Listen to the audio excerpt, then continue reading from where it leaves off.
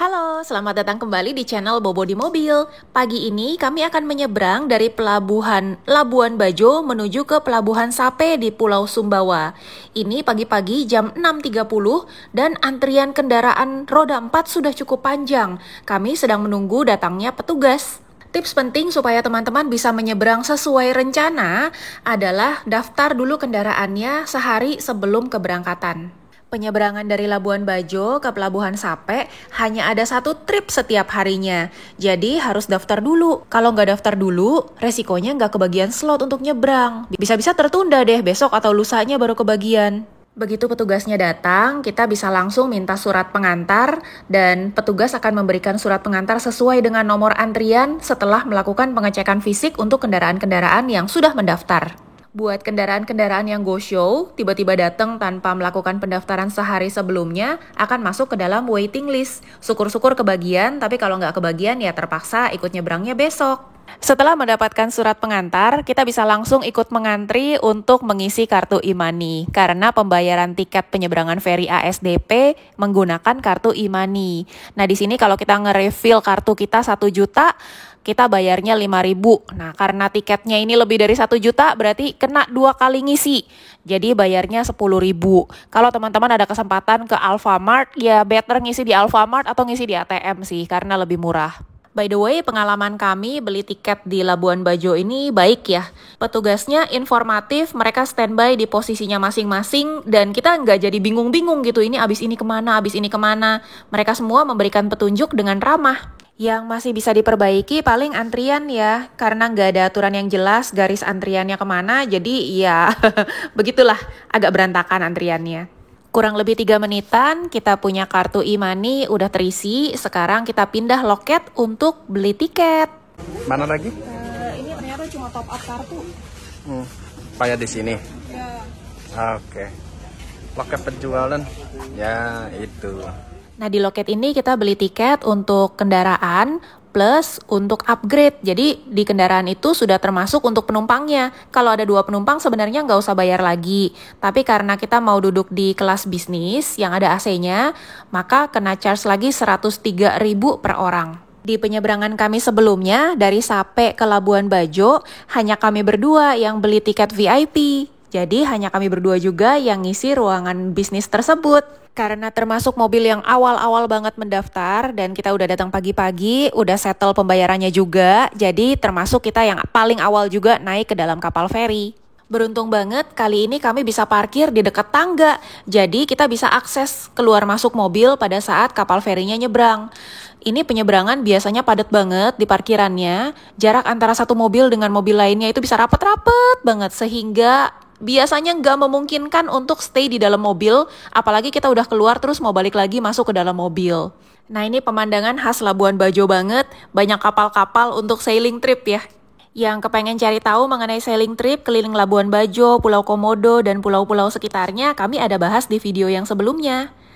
Nah ini adalah kondisi di tempat duduknya ekonomi. Ada juga yang tempat-tempat yang bisa tidur, bisa selonjoran gitu, cuma kalau kita nggak nambah bayar yang VIP, dapatnya kayak gini. Kalau ini udah tinggal cepet-cepetan deh, karena begitu kita naik itu biasanya udah penuh, udah ditek-tekin orang yang bagian yang tempat bisa selonjoran. Agak ke depan sedikit ada jok-jok yang empuk, tapi ini tegak bener, nggak bisa rileks duduknya. Dan di depannya lagi ada ruangan bisnis kelas atau ruangan VIP. Nah ini adalah tempat yang pakai AC. Di sini ada kamar mandinya sendiri. Nah, pengalaman sebelumnya duduk di sini pada saat awal-awal enak, adem. Terus karena kami waktu itu cuma berdua, jadinya privacy banget. Challenge-nya adalah bau kamar mandinya naik setelah beberapa jam. Kita balik ke ruangan VIP karena meskipun kita tahu nanti kamar mandinya bakalan bau setelah beberapa jam, tapi untuk di awal-awal perjalanan ini membantu banget. Lebih nyaman banget deh di sini. Itu ada ruangan private-nya juga, itu kalau mau, kayaknya mau menyusui ya. Toiletnya juga private, toiletnya bersih. Lampunya bisa dinyalain jadi terang. Sekarang mumpung kapalnya belum jalan, belum goyang-goyang, belum puyeng, kita sarapan dulu. Kita langsung movie session? Bisa, sampai makan sarapan. Oh, oke. Kali ini pengalaman di ruang VIP-nya totally beda. Kalau sebelumnya kami cuma berdua aja yang purchase tiket untuk business class, tapi kali ini penuh sekali. Cuma mereka kelihatannya nggak beli tiket sih, jadi pada saat udah di dalam ruangan itu baru di-collect secara cash. Nggak tahu ya, mungkin bisa lebih murah dari 103.000. Yang tahu boleh tulis di komen deh.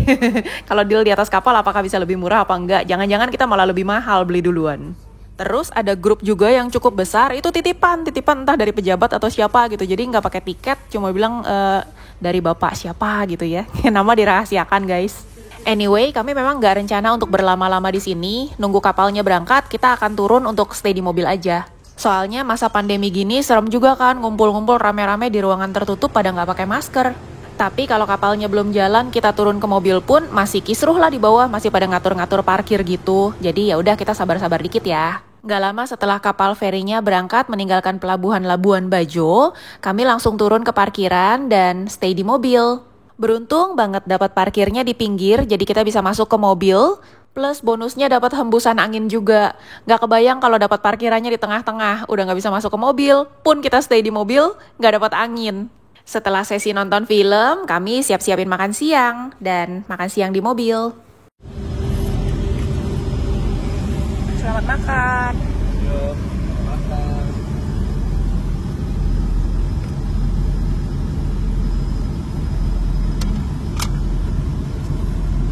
Untung udah masak nasi. Sore hari menjelang sunset, kita bisa melihat indahnya matahari terbenam dari atas dek kapal.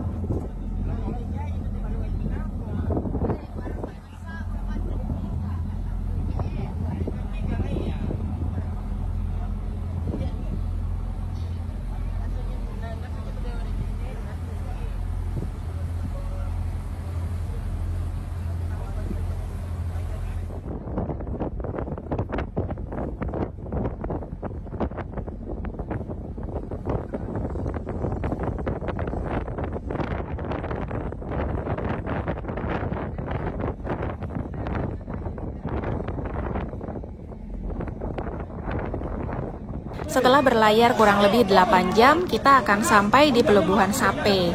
Nah, kali ini ada-ada aja nih kejadiannya. Sopir truk yang di tengah-tengah ini, truk pisang, kehilangan kuncinya. Dan posisi dia benar-benar di tengah paling depan. Jadi semuanya yang lain gak bisa keluar juga.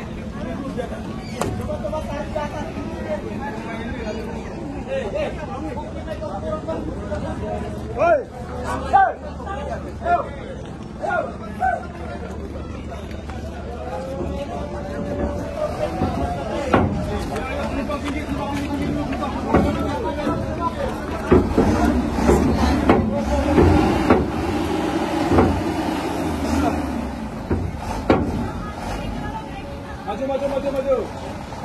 Awas, woi.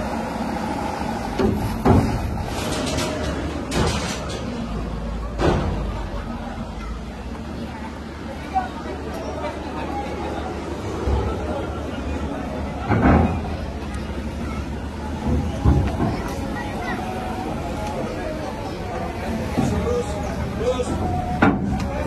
Jauh, maju.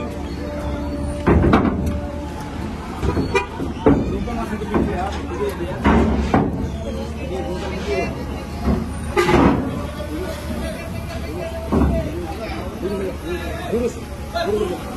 Maju lurus aja. Terus maju lurus. Terus.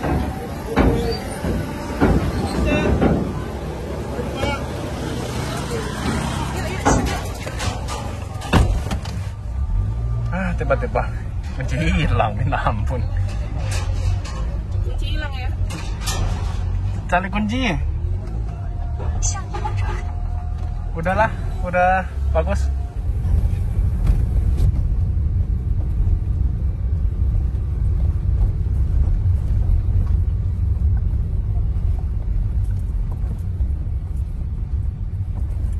Orang tunggu di sini naik ke bawah. Kendaraan umum mereka udah tahu jam segini ada kapal merapat, jadi di sini sudah siap. Jalan malam loh mungkin. Iya, mau nggak mau lah, mau nginep di sini semua. Kamu kan? Iya, minta ampun dong. Tuh. Bapak, woi, banyak sekali apa barangnya nih? Barang-barang kebutuhan hari-hari aja. Oh, barang sehari-hari ya. Pulang kemana nih, Bu? Jakarta, Pak. Pulang ke Jakarta ya? Udah darat nih? Kuat ya? Iya.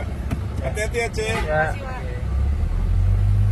Begitu kami mendarat di Pelabuhan Sape, ada Pak Polisi yang nanya-nanya. Barangnya banyak banget, bawa apaan aja nih? Tapi enggak kok, aman-aman aja kok kita. Ya memang yang kita bawa juga hanya barang kebutuhan sehari-hari kan, kayak dapur lah, baju lah, gitu-gitu aja. By the way, ini pemandangannya Sumbawa di sore hari, cantik banget ya, matahari terbenamnya. Lihat deh langitnya, aduh semburat warnanya luar biasa. Kuning, orange, pink, ungu, wow. Nah, Pulau Sumbawa ini sebenarnya adalah pulau yang cukup panjang. Bahkan dari Sape, pelabuhan ini, untuk ke kota terdekat yaitu Kota Bima, butuh waktu paling enggak 1,5 jam dengan jalanan melewati bukit-bukit yang berliku-liku. Sebenarnya idealnya kalau kita nggak mau terlalu maksain, kita bisa aja nginep di daerah Sape sih. Cuma sebelumnya pengalaman di Sape itu belum ada hotel yang benar-benar proper. Dan kita nggak mungkin juga tidur di mobil karena di daerah pantai gini panas. Dan pernah kita nginep kayak di penginapan di losmen-losmen gitu di Kampung Bugis. Airnya itu bukan air yang bening ya, jadi agak hijau gitu dan ada rasanya. Jadi pas sikat gigi kayak Well anyway, kita coba paksain, aku akan coba nyetir dari Pelabuhan Sape hingga ke Kota Bima. At least kita nginep di Kota Bima. Untungnya sunset di NTB ini termasuk cukup telat ya, jam 6 lewat itu masih ada semburat-semburat terang gini di langit. Jadi ini membantu banget. Kalau di NTT jam 5 lewat, jam 5.30 itu udah gelap. Ini kita target buru-buru sampai Kota Bima, ngejar dapat terang sebanyak mungkin karena kalau gelap ini bener-bener gelap. Apalagi perut mulai keroncongan nih, udah mulai lapar, jamnya makan malam. Ini kami nggak booking hotel, nggak sempat searching-searching juga, seketemunya aja lah ya. Nah itu sebelah kiri jalan ada hotel tuh, Hotel Marina Inn. Ini beneran di pinggir pantai dan proper nih. Di dekat-dekat situ juga ada yang jualan makanan dan ada minimarket juga. Yaudah kita langsung aja masuk dan tanya. Tur keliling kamar dan reviewnya kita bikinin di video yang terpisah ya. Sampai ketemu di video yang berikutnya guys, bye-bye.